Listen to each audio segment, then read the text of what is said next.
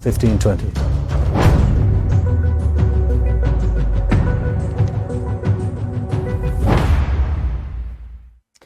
Welcome to the Northern Business Podcast, a regular discussion with people in the north of England who lead businesses, employ people, and have new ideas to help our economy grow.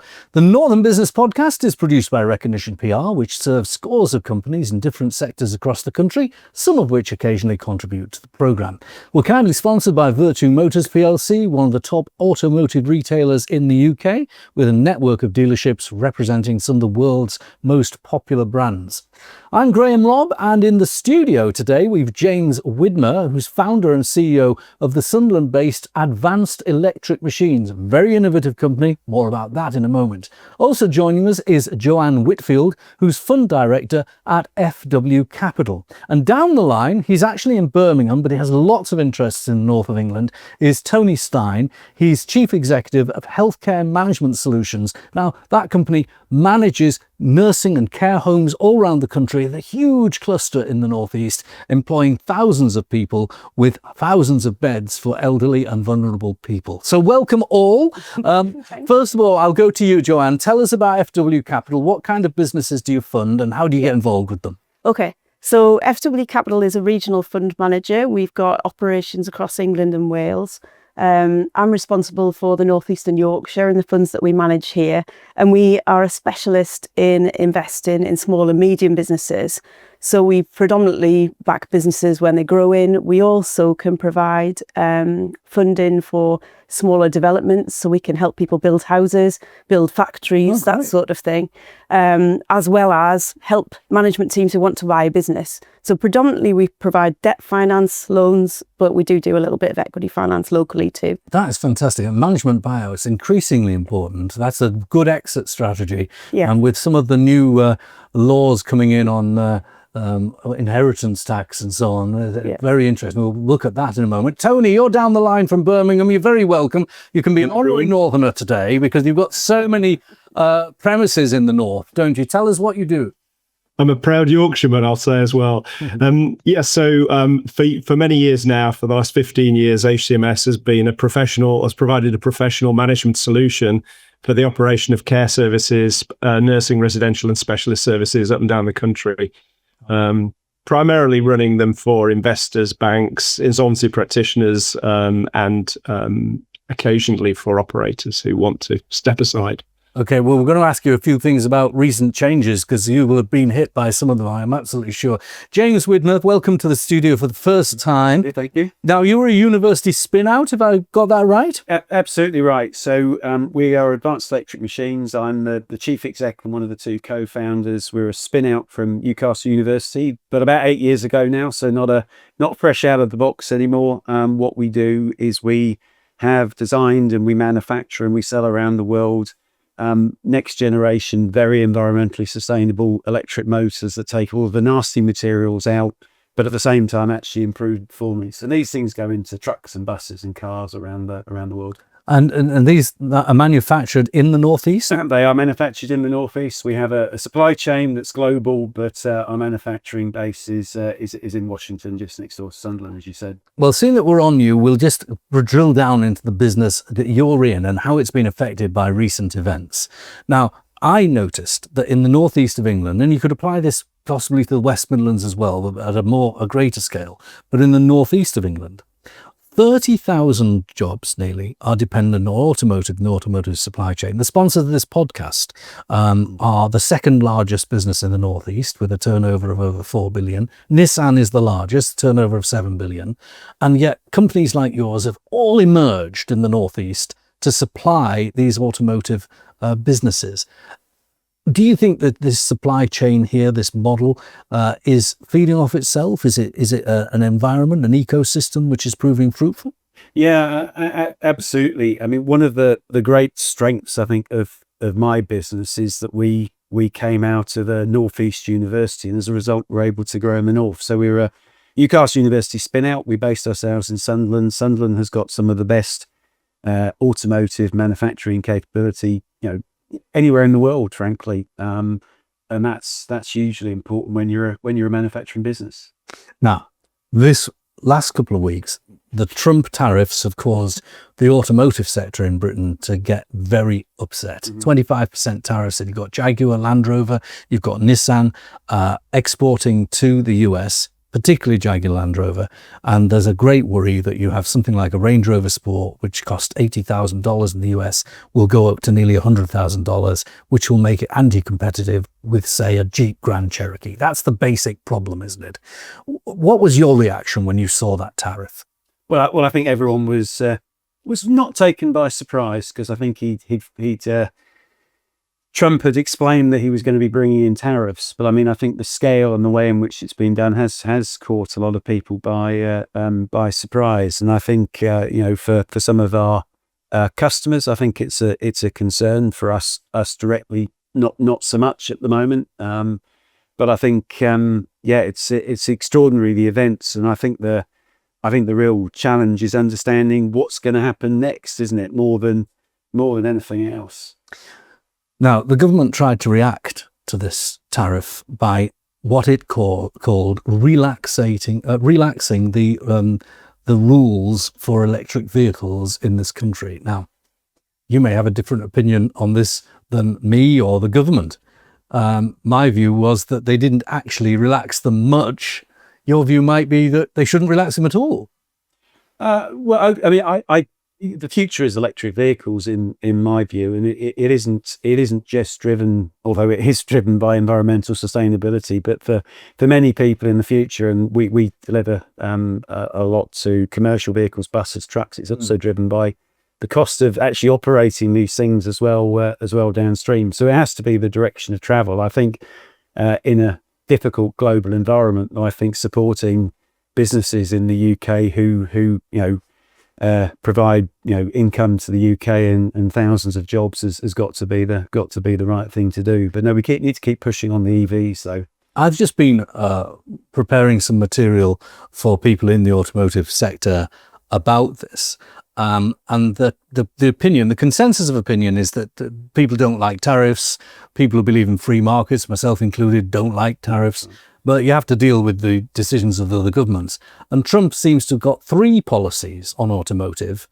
One is negative, tariffs. But if you're in America, the two are positive. If you build a car in America and you make a profit on it, your corporation tax will be lower than otherwise. And the second policy, which is coming in, is if you buy a car in America and it's American made, the interest on the car loan is tax deductible. Now, it seems to me that those are encouraging things on the automotive sector. But here in this country, this month, car tax has gone up.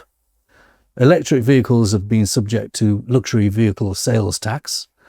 And the manufacturers are subjected to fines if they produce more petrol cars than electric cars over a certain quota. It seems there's a sort of prejudice towards compulsion, coercion and punishment rather than incentive and encouragement. I think it's a complicated time with electric vehicles, isn't it? I think people have started to the transition, which in my view is absolutely great and is inevitable.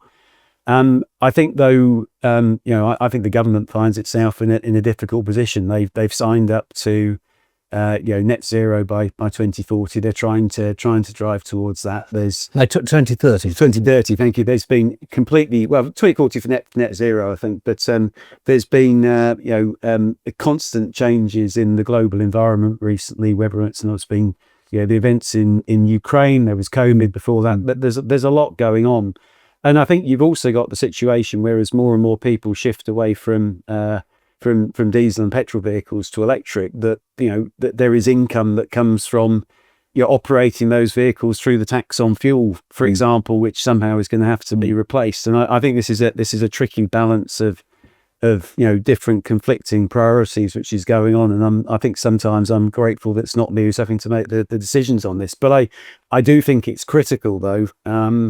That we do find that balance, and that it's the government's job at the end of the day, and they continue to provide the support that businesses need to get them through this transition. Because what I believe passionately in is that we are great at technology in the UK. We've got some great technology which contributes towards electric vehicles in the future, and we need the support to grow those businesses to make sure that they're at the forefront of what's coming in the future. You're an electric car driver. You probably parked outside our studio here, and you'll have seen I've installed electric vehicle charging. And I'm a bit of a slightly agnostic. I have one car that's hybrid and one car that's petrol.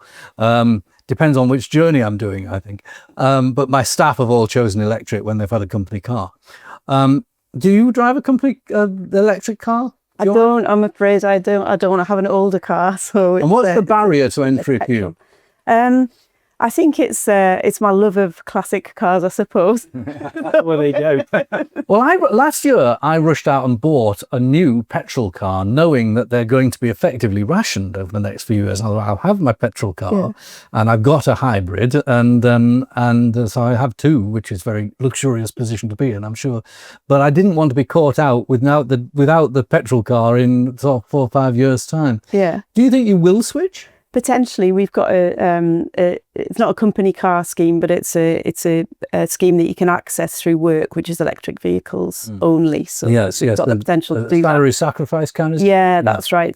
So I've thought about that because we do have 2 cars in the family. So perhaps when the other one, not my car, the other car, that one needs changing.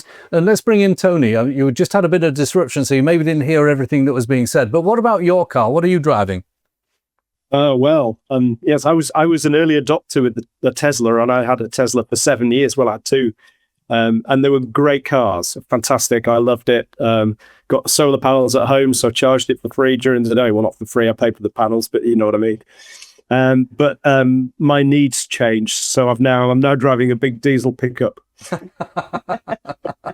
Very good. I got put in concrete in the back of my Tesla. Oh, so I want to drill down. We've just talked to James about some of the changes that have gone on with the tariffs in his sector, which I suppose his sector will still remain buoyant on electric cars because they didn't move the date. They didn't say 2035, which it was. What about your sector, Tony? A lot of change this month. First week of April, minimum wage has gone up. My goodness, I noticed it. It's very easy to not think you're paying the minimum wage, but then realize you're not because it's gone up quite considerably. And the other thing, of course, employers' national insurance. Talk to me about the effects of that on your multi-thousand payroll. Yeah, it's significant, and I think there are 2 parts to the market. First of all, there's the private pay part of the market, which are price makers, and then there's the publicly funded part of the market, and they're price takers. This is nursing care. This is care. This is residential care settings. So if you're running a care home and all your clients residents are privately funding themselves, then in the face of increases like this, we'll just put the fees up. And whilst it may be unpalatable and in some cases unaffordable, that's what happens, and you can manage that. I think for the other part of the market where you're reliant on fees from local authorities, you are stuffed because you literally are sat there with bated breath waiting to see what the local authority increase will be and whether that will cover the increase in costs. Now, we've seen increases ranging from 0%, Sheffield and East Cheshire, you should hang your heads and shame, and up to 7%. So that's the sort of range that we're working in. The problem is in that part of the market that treats or that looks after the funded clients, your staffing costs are something like 70% of your income. So a 10% increase in that needs, just the maths of it, 7% increase in your income to stand still. That's before we take into account everything else. So I think we're always moaning in the care sector that times are hard, times are tough, and local authorities are increasingly struggling financially, and what they're doing to manage that is that they're rationing care. So people that need funded care are not getting it. I just heard of a Scottish local authority. I know this is in England, but in Scotland, one local authority have implemented a policy of 2 out, 1 in. So basically, they're waiting until 2 people die that are funded in care before they will admit another one or agree the funding for one to go in. So, what an awful place to be in if you need care in that particular authority. So, these are tough times. And I think over the next over the next 12 months, certainly in the funded part of the market, there's going to be some distress. There are going to be some homes closed. But what worries me most of all, and I'll just finish on this point, is that with the increasing costs, the first thing that people will stop doing is they're going to stop capital expenditure within the homes. So the homes are going to deteriorate because they're just not going to have the cash to do it. And the second thing that they're going to do is they're going to start to trim staffing. And that's going to directly impact on the quality of care. Now, in England particularly, the regulator, the CQC, that monitors homes to make sure that residents aren't suffering as a consequence of these things, is completely dysfunctional, completely broken. The majority of homes haven't had a visit for 5 years. And so operators, I'm afraid, are probably going to get away with running homes on fumes, and it's to the public's detriment.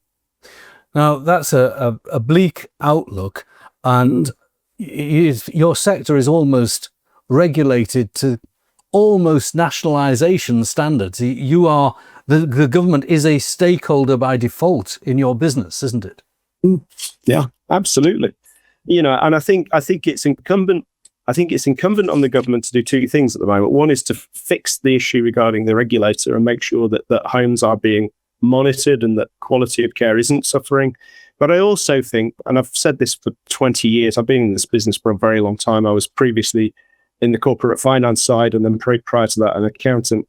So I came in from a business perspective, but the funding of the sector is completely and utterly wrong. That local authorities pay for care, and the NHS pays for health, leads to suboptimal decision making. Let's put it that way. So that's why you end up with what we call bed blocking. Horrible expression, but that's why you end up with bed blocking, because people are in hospital, they're being funded by the NHS, and the local authority isn't going to take responsibility and move them out into a care home. So you end up with people fit for discharge. And I think the numbers are widely publicised as 13 or 14,000 people blocking beds in the NHS. And then the answer is, and this is the crazy bit, the answer is to build more linking hospitals at enormous capital cost, when actually we've got the beds available if only we clear them out. Okay. Well, I'll leave your expertise for people to dwell on that. We'll come back to you on another part of the economy soon. And let's talk to you, Joanne. You heard him talk about capital. Capital is providing capital. Yep. Is the current economic climate conducive to doing deals, or is it a period of uncertainty where you're really being picky on who you do a deal with? I think it's funny, isn't it? So I suppose the end of the market that we work in with small and medium businesses, I think that the last 5 years has been crazy, hasn't it? With uncertainty, the level of uncertainty is now certain that it's a lot. And I think this is the latest, isn't it? I think business confidence is generally low, but SMEs are having to get on with it. We saw a bit of a dip sort of back end of last calendar year, just after the budget news while people took stock. But I see in terms of inquiry levels coming through in the new year, people have just decided we just got to get on with this because we have to make the best of this. We kind of know what's coming now in terms of national insurance. And to be honest, with a lot of the businesses that we're working with, that's the biggest problem. And that has been the biggest problem for them to manage.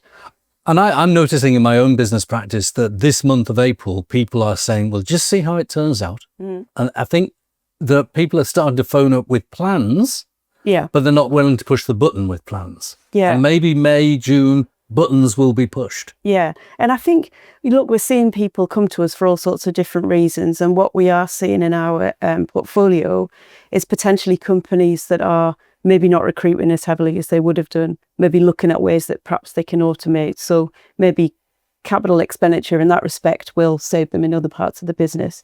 So it's that sort of thing. I think it's that pause for thought in terms of headcount, but actually there's quite a lot of work for people to be getting on with, and they do need to be able to deliver that in terms of capacity within the business. We talked about Donald Trump's tariffs, but there is a byproduct of the tariff announcement, and that is that the markets in the industrialized world have gone a bit crazy with huge drops. Has that sentiment affected your own sentiment about the economy, or do you just see it as a market thing, a correction? I think it's you've got to look at these things in the longer term, haven't you? The sorts of funds that we're managing are all about trying to sort of balance the books of the economy, supporting regions that particularly haven't had enough investment over the years. So we're outside of the southeast in London, so we're trying to support those businesses to level the playing field a little bit.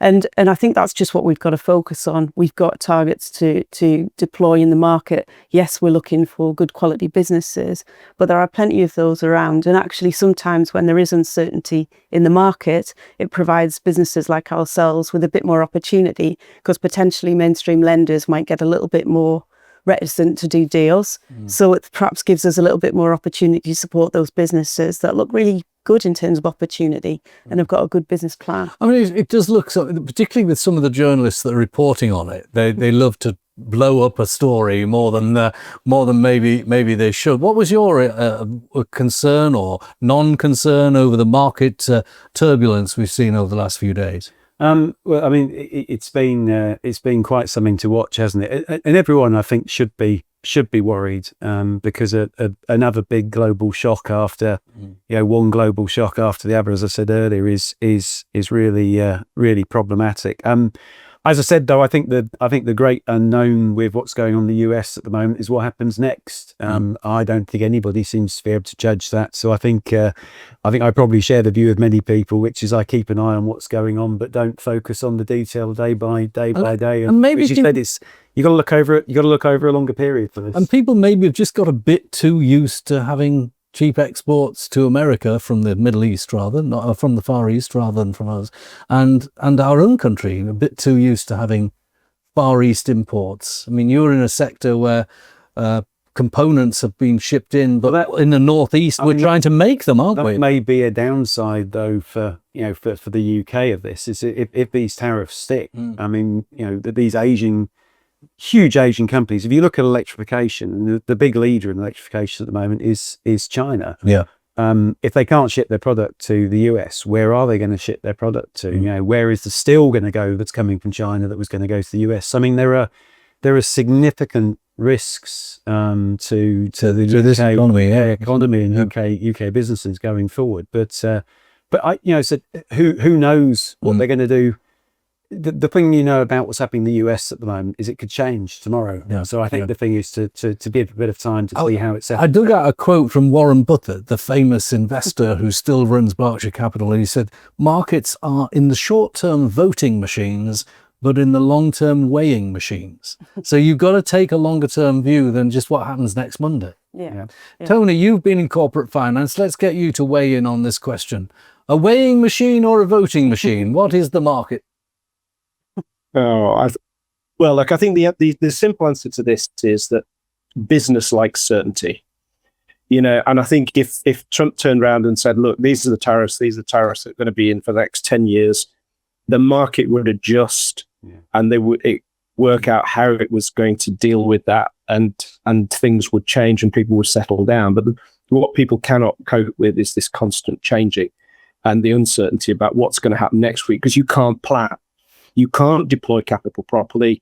You can't make decisions around your business if you don't know what's going to happen next week, next month, next year. And so that's the first thing I'd say. I think that the other thing I will say this, and it will be very unpopular, I'm sure, with some people, but Trump is absolutely right with what he's doing, but he's 30 years too late. Yeah. Back in the 90s, the comparative payroll differential between the UK and China was 40 times. Back in 1995, the average pay in the UK was 16 to 18,000, and it was 40 times less in China. Now, the EU's biggest ever blunder was that they went down the track of globalization and saying, countries that are better off using labor to make stuff should be making stuff. Manufacturing should flock to the cheaper places where it's cheaper to make stuff and so on. And the reality is that completely destroyed all the industry that we had in Europe and the UK, and so our industrial base disappeared overnight, a couple of decades really. And our strength was the city and finance, and not everybody can be a stockbroker or a banker, I'm afraid. We need jobs. We need blue collar jobs, and we've allowed that to disappear. Now, my worry today is that China is chucking electric cars out, and some fantastic cars, at a rate of knots. Now, their average wages in China today are £12,000 a year. So how do we compete? And are we going to let them completely decimate what's left of our car industry?